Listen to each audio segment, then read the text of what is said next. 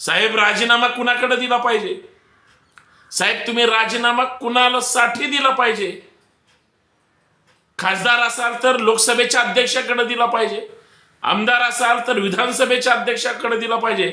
तुम्ही काय पळपुटेपणा करताय, रणछोडदासपणा करताय तुम्ही आमदार खासदारांनो. तुम्ही सभागृहामध्ये भांडलं पाहिजे, तुम्ही सभागृहामध्ये बोललं पाहिजे, तुम्ही सभागृहामध्ये आरक्षणाचे मुद्दे उचलले पाहिजेत. का हो, किती खासदारांनी जे राजीनाम्याची स्टंटबाजी करतात लोकसभेमध्ये प्रधानमंत्री महोदयांसमोर किंवा लोकसभेच्या अध्यक्षासमोर जाहीर सभागृहामध्ये किती खासदारांनी भूमिका घेतली. अहो बोटावर मोजण्या एवढी सुद्धा भाषणं होत नाही त्यांची. यांनी आरक्षणावर तर काय बोलावं. महाराष्ट्राच्या विधिमंडळाच्या सभागृहामध्ये किती आमदारांनी आरक्षणाच्या प्रश्नावर विधानसभेच्या सभागृहामध्ये, म्हणजे पावसाळी अधिवेशन असेल, हिवाळी अधिवेशन असेल, अजून कुठलं अधिवेशन असेल, किती भूमिका मांडल्या. का राजीनाम्याची स्टंटबाजी करताय? का तुमच्या मागे समाजाचा भोंगा लागला म्हणून? सगळं खोट आहे. हे सगळे आमदार खासदार रणछोडदासपणा करतायत, हे लक्षात ठेवा. आणि याच्यावरच आपल्याला चर्चा करायची. मित्रांनो, जय जाऊ. मी आपला मित्र सहकारी संतोष शिंदे. या सामाजिक विचारपीठावर सर्वांचं मनपूर्वक हार्दिक स्वागत. विनंती एवढीच आहे, व्हिडिओ शेवटपर्यंत पहा आणि जास्तीत जास्त सबस्क्राईब करा, शेअर करा आणि बेल आयकॉन दाबायला अजिबात विसरू नका. तुम्ही आम्ही कनेक्ट राहिलं पाहिजे. तुमची डोकी भडकवली जात आहेत, तुमच्या डोक्यात चुकीचं घातलं जात आहे. तुम्ही कसे पेटून उठणार नाही याचा कोणतरी प्रयत्न करतंय. सरकार कुणाचंही असू द्या, वैचारिक वाद असतात, परंतु महाराष्ट्राची काळजी आपण केली पाहिजे. आपली जी महाराष्ट्राची संपत्ती आहे, राष्ट्राची संपत्ती आहे, तिची नासधूस नाही केली पाहिजे. आरक्षणाचे जनक राजश्री छत्रपती शाहूजी महाराज तुमच्या माझ्या गोरगरिबांसाठी, सर्वसामान्यांसाठी, दीनदलितांसाठी आरक्षणाची दारं खुले केली. पहिलं आरक्षण कुणी दिलं असेल?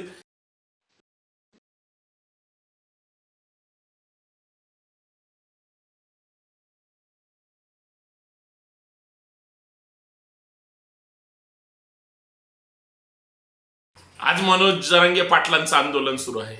लोकशाही पद्धतीने संविधानिक मार्गाने सरकारच्या विरोधात लढतायत. समाजाच्या हितासाठी, तुमच्या मुलाबाळांसाठी, भविष्याचा विचार करून ते आंदोलन बदनाम करू नका. आमदार खासदार यांना भुंगा लागणार आहे. इतर नगरसेवकांना किंवा इतर लोकप्रतिनिधी सुद्धा घाबरून गेलेत. आपल्याला 288 आमदार पाडायचे. आम्हाला सगळे 48 खासदार जे प्रस्थापित आहेत ते सुद्धा निवडणुकीत पाडायचे. नवीन माणसं निवडून द्यायचे. ते निवडणूक आल्यावर बघू. आता मात्र सरकारला निर्णय घ्यावा लागेल. काय ते घटनात्मक चौकटीमध्ये राहून काय तुम्हाला करायचंय ते करा.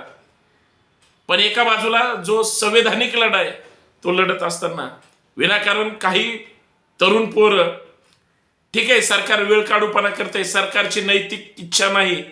अहो जे सरकारच आरक्षण विरोधी आहे, ज्या पक्षाची विचारधाराच लोकशाहीच्या विरोधी आहे आणि सगळ्यात महत्वाचं संविधान विरोधी आहे, ते तुम्हाला आरक्षणासाठी सहज निर्णय घेतील असं वाटतंय तुम्हाला? अहो जे आरक्षण तुमच्या हक्काचं आहे, तुम्हाला मिळालं पाहिजे, आणि ज्या आरक्षणासाठी आंदोलनं केली जात आहेत, अहो बायका पोरांवर लाठीचार्ज करून ती आंदोलनं चिरडली जात आहेत, ज्यांच्या आदेशाने ते आरक्षण तुम्हाला मिळू देतील. पण मित्रांनो, हात जोडून विनंती, ते त्यांच्या डोक्याने काहीही निर्णय घेतील, काहीही विचार करतील, परंतु जर एवढ्या लाखोंच्या संख्येनं एका व्यक्तीच्या पाठीशी तुम्ही उभे राहिलात आणि तो सुद्धा व्यक्ती स्वतःचा जीव तुमच्या मुलाबाळांसाठी, समाजाच्या हितासाठी घालतोय, त्यांचा तरी विचार करा. त्यांचा हा आदेश आहे का की कुठल्या आमदाराचं घर पेटवून द्या, त्याच्या गाड्या पेटवून द्या? त्यांनी असं सांगितलं का? त्यांनी सांगितलंय माझ्यासारखंच गावगाड्यापर्यंत तुम्ही आमरण उपोषणाला बसा. आज जे सभागृहामध्ये सुरू असतं, मग ते लोकसभेच्या असो किंवा विधानसभेच्या, ह्या खासदारांना अक्कल नाही. खासदार राजीनामा कुठं देत आहेत?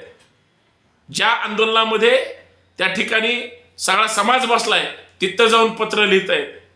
तिथं लोकसभेचे अध्यक्ष बसलेत का? का ते समाजातली लोक तुम्हाला ताणून ताणून मारतील किंवा तुमच्याकडं मागणी करतील का तुम्ही गप्प बसलाय म्हणून कदाचित घाबरून तुम्ही हा निर्णय घेताय का? ठीक आहे, आमच्यासाठी आमचे लोकप्रतिनिधी सर्वोच्च आहेत. तुम्ही कुठल्याही पक्षाचे असू द्या, कुठल्याही समाजाचे असू द्या, निवडून दिलाय आम्ही तुम्हाला. ठीक आहे, समाजाचेच लोक समाजाच्या पाठीशी राहतात, कदाचित दुसरे राहत नाहीत असं तुम्हाला वाटत असेल. अजिबात असं काही नसतं. सगळी लोक आज आरक्षणाच्या आंदोलनाच्या निमित्ताने पाठीशी आहेत, पण सोयीनं त्या ठिकाणी काही लोक भूमिका घेत आहेत. अहो, हे निवडून येईपर्यंत जातीचे असतात, समाजाचे असतात, नात्या गोत्याचे असतात. निवडून आल्यानंतर समाज मेला का जिवंत हे बघायला सुद्धा यांच्याकडे वेळ नसतो. आणि सगळ्यात महत्वाचं हे डोक्यात पक्क ठेवा, ते निवडून आल्यानंतर त्या नेत्याचे आणि पक्षाचे चमचे असतात. नेत्यांनी जो आदेश दिला ते जर म्हणले असं करायचं, हे गप बसून तसंच करतात, कारण तिथं त्यांना खुर्चीची उब लागलेली असते. लक्षात घ्या, जेवढे खासदार पत्र लिहित आहेत, लोकसभे अध्यक्षाकडे जाऊन त्यांची ताकद आहे का त्यांना राजीनामा द्यायची? अरे हा लढाईमधून पळून जाण्याचा प्रकार आहे.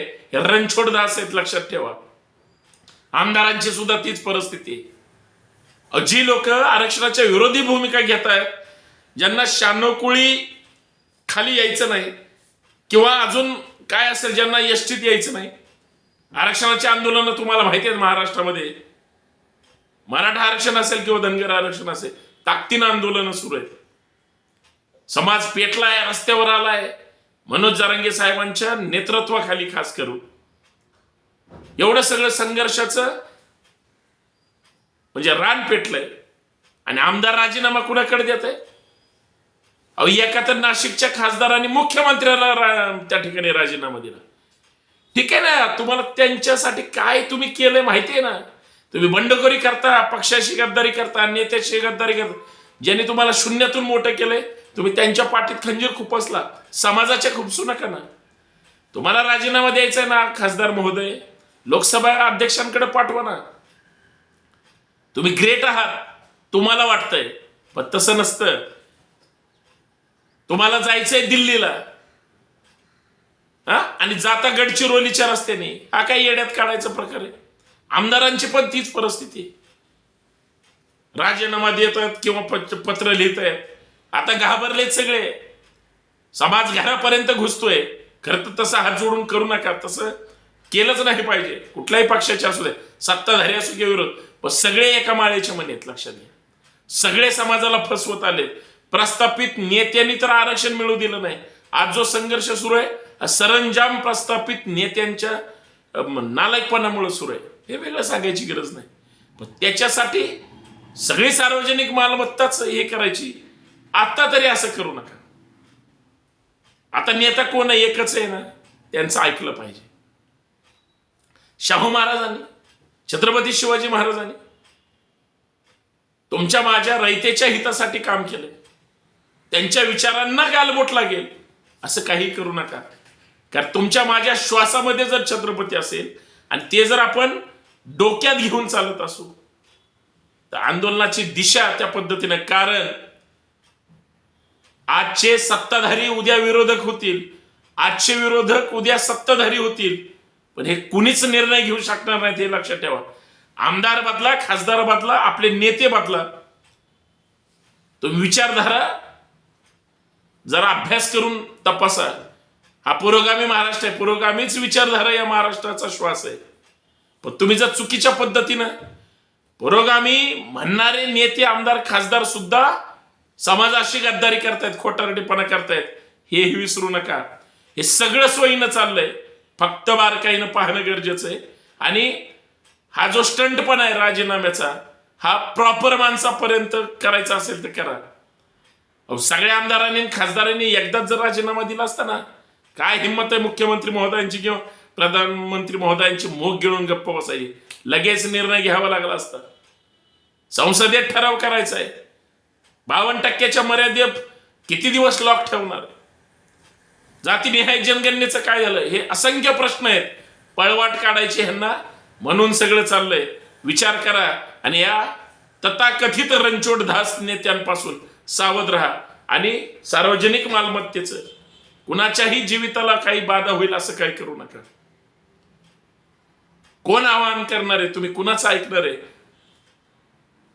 भारतीय लोकशाहीला प्रमाण मानून, भारतीय संविधानाला प्रमाण मानून आपल्या मुलाबाळांच्या हितासाठी शांततेत आंदोलन करणं हीच काळाची गरज आहे. सगळ्यांना नोकरीत पाहिजे, सगळ्यांना शिक्षणात पाहिजे. आरक्षण हे सगळ्यांसाठी महत्वाचं आहे. जे प्रशासनात आहेत त्यांच्याही हिताचं आहे आणि ज्यांना गरज आहे सगळीकडं त्यांच्याही हिताचं आहे. पण शांततेत केलं तर, नाही तर साहेब मिळणार नाही. हात जोडून विनंती, शांतता राखा. धन्यवाद. जय जिजाऊ, जय शिवराय.